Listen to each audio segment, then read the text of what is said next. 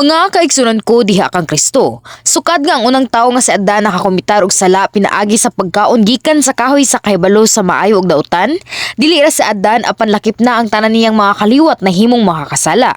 Ang mga katawhan nga nahimong mga makakasala kinahanglang maningabuhi sa kasubo, paghilak ug mga kalisod dinhi sa kalibutan sumala sa balaod sa espirituhanong kalibutan nga nagdiktar ang bayad sa sala kay kamatayon ug kinahanglan nga malaglag sa impyerno ayha sa ilang kinabuhi dinhi sa kalibutan. Kinahanglan silang malaglag sa panghanturay nga selot didto sa linaw nga kalayo ug sa linaw nga kalayo nga nagdilaab nga asupre. Apan aron nga lawason ang mga katawhan nga nakakomitar og mga sala, gipreparar sa Dios si Jesus nga mahimong manuluwas sa wala pa magsugod ang kapanahunan. Sama sa giingon sa mga buhat kapitulo 16 bersikulo 31, sa ligi ang Ginoong Hesus ug maluwas ka lakip ang imong panimalay. Giabrihan sa Dios ang dalan sa kaluwasan sa kadtong nituo kang Hesukristo aron nga sila makaikya sa silot ngadto sa impyerno ug makasulod sa gingharian sa langit. Apan sa dihang imong isangya ang ebanghelyo, usay ang mga tawo mangutana ani nga mga pangutana. Nganong gikinahanglan man nga mahimong Kristohanon sa dihang daghan pa may laing relihiyon? Dili ba kini insakto nga manginabuhi lang ta sa pagkamaayo bisag dili ta motuon ni Hesukristo o daghan man ang bantugan nga mga tawo sa kasaysayan ug nganong si Jesus raman ang manuluwas? Dayon, kamo ba makatubag ni ining mga pangutana? Sa Juan kapitulo 14 bersikulo 6 giingon, si Jesus mitubag, "Ako ang dalan, ang kamatuoran ug ang kinabuhi. Walay makaadto sa amahan kung dili moagi kanako." Usa pa sa mga buhat kapitulo 4 bersikulo 12 giingon, "Ang kaluwasan makaplagan lamang diha kaniya kay dinhi sa kalibutan wala ni laing ngalan nga gihatag sa Dios ngadto sa katawhan nga maoy makaluwas kanato." Bisag unsaon ug hunahuna sa usa ka tawo nga nagkinabuhi siya sa pagkamaayo, usa gihapon siya ka makakasala nga adunay orihinal nga sala ug mga sala nga nakomitar. Busa dili siya makaikya sa silot sa kamatayon nga mao ang bayad sa sala. Kita maluwas kung kita motuo kang Hesukristo ug si Hesukristo ra ang kwalipikado nga mahimong manuluwas sumala sa balaod sa espirituhanong kalibutan. Dayon, unsa ang mga kwalifikasyon aron nga mahimong manuluwas? Mao kini ang ikawalong sesyon sa mensahe sa krus. Ug padayon sa niaging sesyon, sultihan ko kamo kung nganong si Jesus ra ang pwede nga mahimong manuluwas. Ako nang hinaot nga inyong itukod ang inyong pagtuo diha sa bato sa pulong pinaagi ani nga mensahe. Usa pa, ahong giampo sa ngalan sa Ginoo nga kamo makahimo sa pagtestigo nga si Hesukristo ang manuluwas ngadto sa daghang kaayong mga tawo aron nga ang daghan kamog magiyahan nga mga kalag ngadto sa dalan sa kaluwasan. Mga kaigsunan ko diha kang Kristo, dili ra bisag kinsa ang pwede nga mahimong manuluwas nga makaluwas sa mga katawhan nga naglaglag sa sala. Kinahanglan nga dunay siya husto nga kwalifikasyon sumala sa balaod sa espirituhanong kalibutan. Atong makitaan ang mga kwalifikasyon sa manuluwas diha sa balaod sa paglukat sa yuta nga naa sa balaod nga gihatag sa Dios ngadto sa mga katawhan sa Israel. Giingon didto nga ang yuta nga gipang-apod-apod ngadto sa mga katawhan sa Israel kay panag-iya sa Dios. Maong dili kini mahimong permanente nga ibaligya.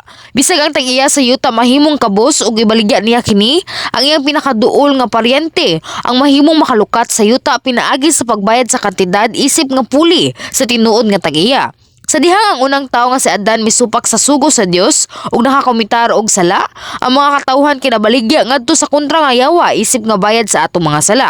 Sama sa yuta, ang mga tawo dili permanente nga mabaligya tungod kay sila giumol gikan sa yuta ug sila gipanag-iya sa Dios. Kung dunay tawo nga moabot nga ugnaan na niya ang kwalifikasyon ug bayaran niya ang kantidad sa ilang mga sala, ang kontra nga yawa kay kinahanglan nga ibalik ang mga tawo nga nabaligya gumikan sa ilang mga sala. Ang unang kwalifikasyon kay mao ang manuluwas kay kinahanglang usa ka tawo. Sa balaod sa paglukat sa yuta ngadto sa Israel, ang tiglukat kay kinahanglan nga mao ang pinakaduol nga paryente sa tinuod nga tag-iya. Sa sama nga paagi ang makabayad sa usa ka kantidad sa mga sala sa tawo kay kinahanglan nga paryente usab sa tawo nga adunay espiritu, kalag ug lawas. Pasabot kinahanglan nga dili siya anghel o mananap apan tawo. Mao nang si Jesus nagpakatawo isip nga tawo nga adunay unod ug bukog bisag siya ang anak sa Dios. Ang ikaduhang kondisyon sa manuluwas kay kinahanglan nga dili siya kaliwat ni Adan. Ang tanang kaliwat ni Adan kay napakatawo nga adunay orihinal nga sala. Bisag ang usa ka tawo mobaligya sa iyang yuta ug doon na siya paryente, kung kana nga paryente kay pobre pod dili siya makahimo sa paglukat sa yuta. Sasama ang mga kaliwat ni Adan nga napakatawo nga dunay orihinal nga sala kay na destino nga malaglag sa kamatayon tungod kay sila kay mga makakasala. Maong dili sila makahimo sa paglukat sa sala sa uban. Apan si Jesus ra ang tawo nga dili kaliwat ni Adan. Tungod kini kay siya wala man gipanamkon pinaagi sa similya og itlog apan pinaagi sa Espiritu Santo diha sa lawas ni Birhen Maria. Ikatulo, aron nga mahimong manluwas gikinahanglan nga duna siya gahom nga pildihon ang kontra nga yawa. Aron luwason ang mga pineriso sa gubat, gikinahanglan nga aduna tay gahom nga pildihon ang kontra ug gibalik ang mga binilanggo. Sa espirituhanon nga kalibutan ang walay sala kay usa ka kini kagahom. Ang tanan nga misunod kang Adan kay kinahanglan nga mo sumiter sa kontra nga yawa ug ang Satanas tungod kay sila makakasala nga adunay orihinal nga sala ug sala nga nakomitar. Apan sa Jesus ra ang walay orihinal nga sala ug sala nga nakomitar nga adunay gahom nga gub-on ang awtoridad sa kontra nga yawa ug kang Satanas ug luwason ang mga katawhan. Akong na-experienar kaninyo kutob dinhi sa niaging sesyon. Ang ikaupat aron nga mahimong manluluwas sa tibuok katawhan, kinahanglan nga duna siya gugma nga isakripisyo ang iyang kinabuhi.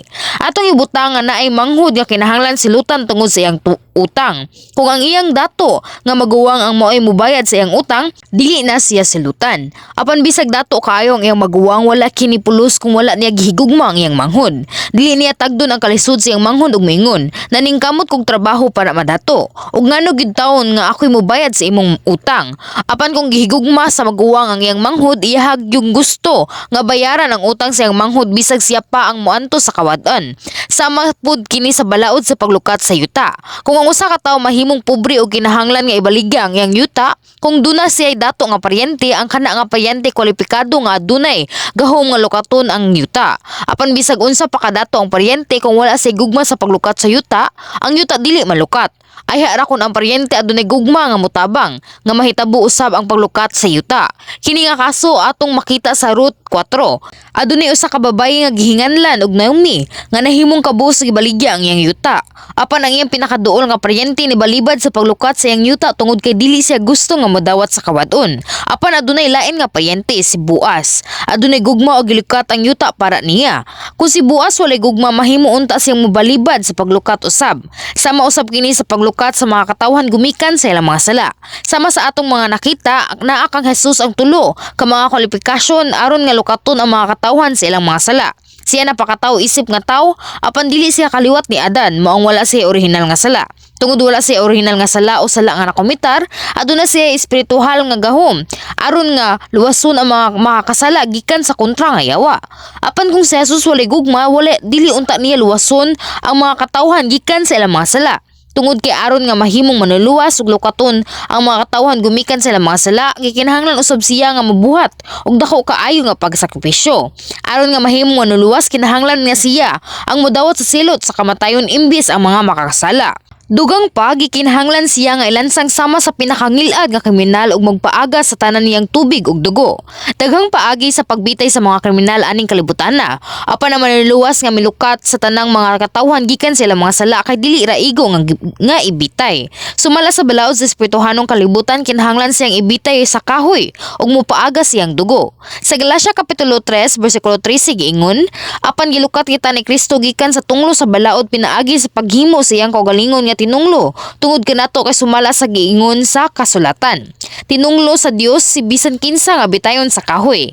Dinhi ang tunlo sa balaod nagpasabot sa balaod sa espirituhanong kalibutan nga nagdiktar nga ang bayad sa sala kay kamatayon diha sa Roma kapitulo 6 bersikulo 23. Sumala sa balaod sa espirituhanong kalibutan, ang tunglo nga balaod nga gitawag og kamatayon kay miabot sa mga katawhan nga nikumitar og mga sala. Busa ang dalan sa pagluwas sa mga katawhan gumikan sa tunglo sa balaod kay kinahanglan nga muuyon usab sa mga mando sa espirituhanong kalibutan. Pasabot naa kini sa balaod sa espirituhanong kalibutan nga ang manluluwas si kinahanglan nga ibitay sa kahoy diin ang tunglo sa katawhan kay kinahanglan nga ibitay.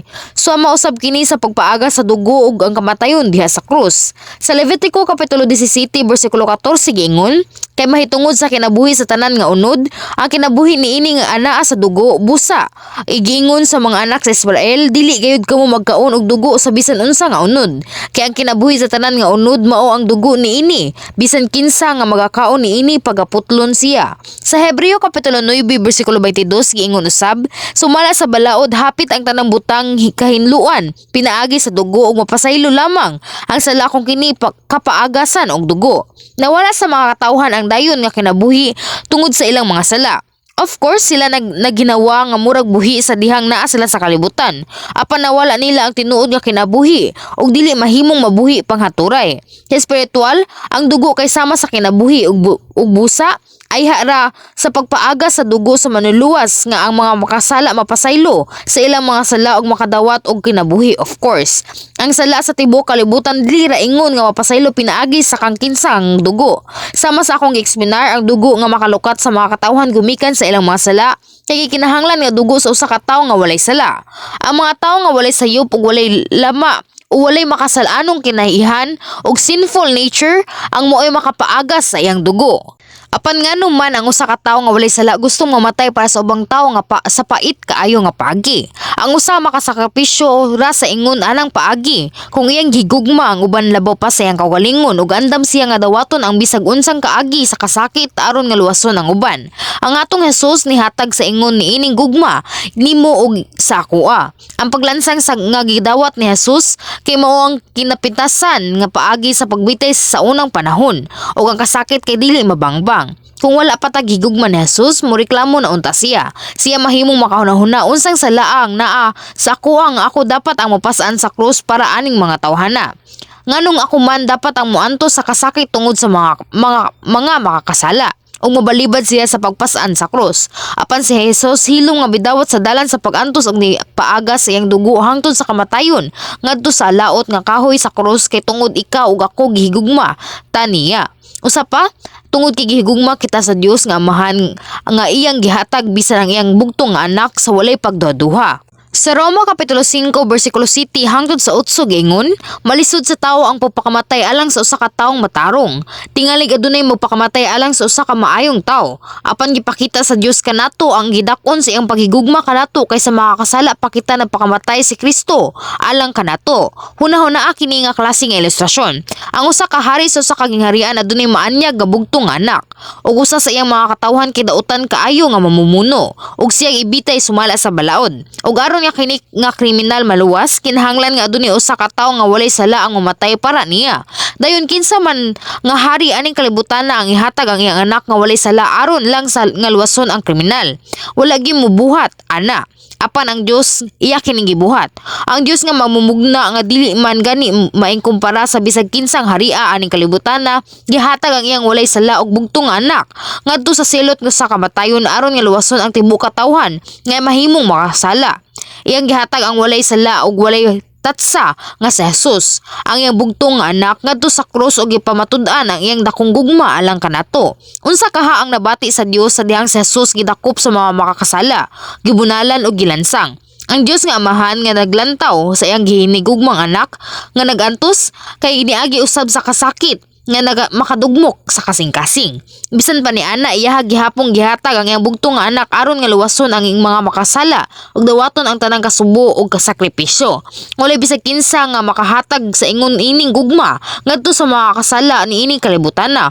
Of course, bisag talagsa ra kaayo makadungog tag mga istorya sa mga tawo nga nisakripisyo sa ilang mga kinabuhi ngadto sa mga maayong tawo ug sa ilang mga hinugugma. Apan walay tawo aning kalibutan na ang makahatag sa iyang kinabuhi sa walay kondisyon ngadto sa mga ngilad nga kriminal nga walay labot sa iyaha. Dugang pa ako sila naglagot sa iyaha, tungluhon siya ug suwayon siya sa pagpatay bisag giayo niya sila, gigugma sila ug gitratal sila sa pagkamaayo. Walay bisag kinsa ang modawat sa maong terrible nga pagantos sa maong klase sa mga tawo. Apan ang atong Jesus mibuhat niini. Tungod aduna siya dako kaayo nga gugma. Iyang gidawat ang dalan sa pagantos ngadto sa krus para sa mga makakasala ug namatay nga nagpaagas sa iyang tubig ug dugo. Mga kaigsunan ko diha kang Kristo. Sa unang Juan Kapitulo 4 versikulo 10 gingon, ang matuod nga gugma mao kini. Dili kita may unang nagigugma sa Dios kundi siya may unang nagigugma kanato. Gipadala niya iyang anak aron pinaagi kaniya mapasaylo ang atong mga sala. Ang gugma sa Dios nga amahan og sa Ginoo kay dili maing kumpara sa bisan unsang gugma aning kalibutan na. Dili nato mabayaran kining maong grasya bisag ato pang ihatag ang tibok natong kinabuhi ug tanan natong mga kabtangan. Mao nang kadtong mga nakaamgo sa niining gugma sa ilalom sa ilang mga kasing-kasing kay dili mulimod sa ngalan sa Ginoo bisag sa grabe kaayo nga mga paglutos ug sila mahimong martir man gani pinaagi sa paghatag sa ilang mga kinabuhi. Kung kita nasayod aning maong gugma dili nato malimtan ang gugma sa Dios aron lang nga kita makadawat sa otoridad kadato ug kasikat aning kalibutan na. Dili nato malimtan ang gugma sa Dios bisag unsa nga klase sa mga paglutos ang atong atubangon. Dili nato higugmaon ang atong mga igsuon, mga anak o bana o asawa nga labaw pa sa Dios ug sa Ginoo.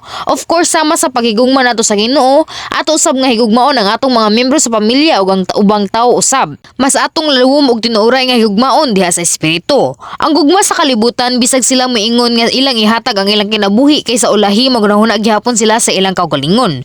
O kini musab sa paglabay sa panahon. Pananglitan kung ang magtiayon kay mag-date mahimo silang moingon. Higugmaon tika panghaturay og higugma tika labaw pa sa akong kinabuhi.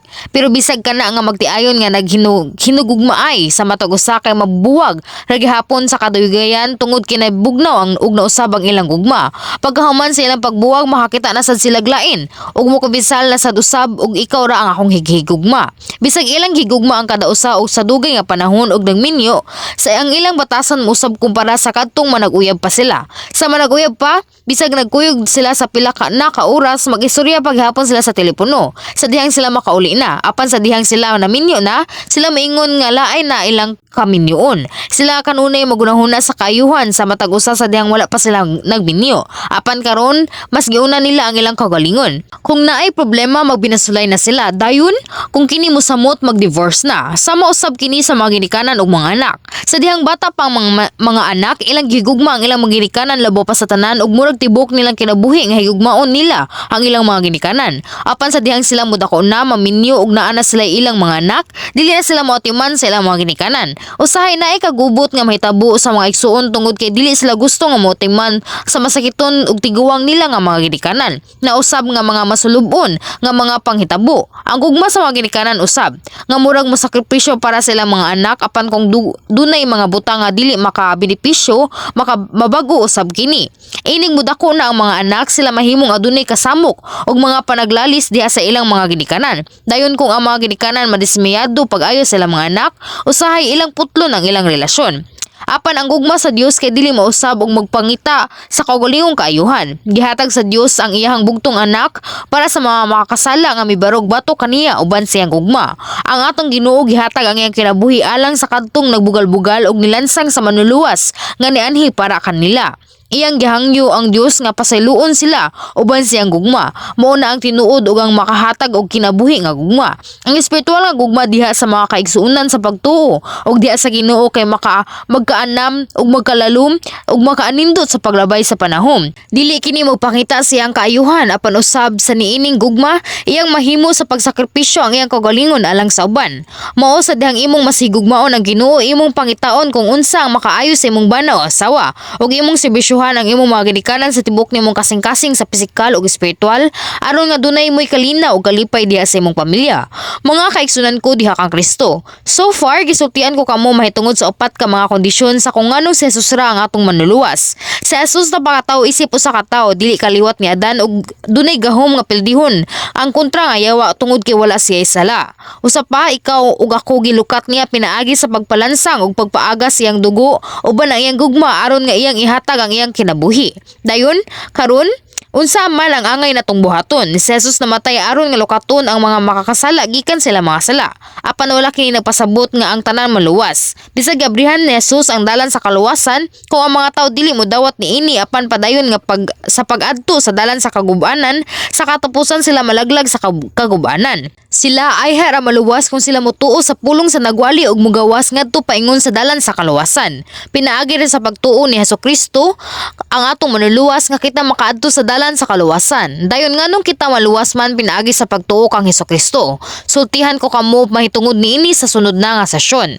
Mga kaigsunan ko diha kang Kristo. Sa Juan kapitulo 3 bersikulo 16 giingon, kay gigugma pag-ayo sa Dios ang kalibutan ug tungod niini gihatag niya ang iyang bugtong anak aron ang tanan nga motuo kaniya dili molaglag ngadto kun dili makabaton hinuon sa kinabuhing dayon. Sa tibuok kasaysayan sa mga katawhan walay bisag kinsa ang nakakabot sa upat ka mga kondisyon gawas kang Jesus. Si Jesus ra ang kwalipikado nga mahimong manluluwas ug ikaw ug ako nga makakasala kay gigugma niya pag-ayo nga namatay siya alang kanato. Gidawat ang silot nga kita unta ang angay nga mudawat. Giplano na daan ni sa Dios ang mahitungod kang Hesukristo sa wala pa niya gibuhat ang mga tao. Tungod kini kay siya nasayod nga si Adan mosupak sa iyang mando ug moadto sa dalan sa kagubanan.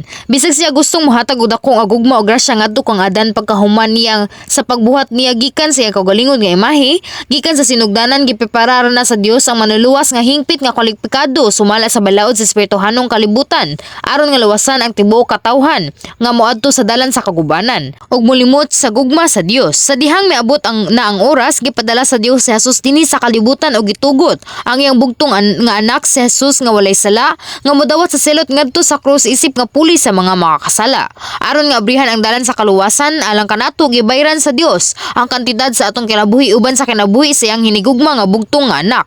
Sa dihang kita makaamgo sa maong gugma sa Dios nga amahan ug sa Ginoo sa ilalom sa atong mga kasing-kasing, kita makaamgo usab sa nga kailangan natong higugmaon ang Dios ug ang Ginoo labaw pa sa bisag kinsa aning kalibutan na. Sa dihang kita makaamgo ani nga maong gugma dili nato mahimong mabiyaan ang Ginoo sa bisag unsang kalisdanan ug o mga pagsulay. Dili gyud nato biyaan ang Dios bisag sa tentasyon sa kadato ug kadungganan. Sa dihang ikaw makasabot ani nga grasya ug gugma sa Dios, higugmaon kaniya pag-ayo ug tugutan ka nga makasinati kas mga buhat sa buhi nga Dios sa kada panghitabo sa imong kinabuhi.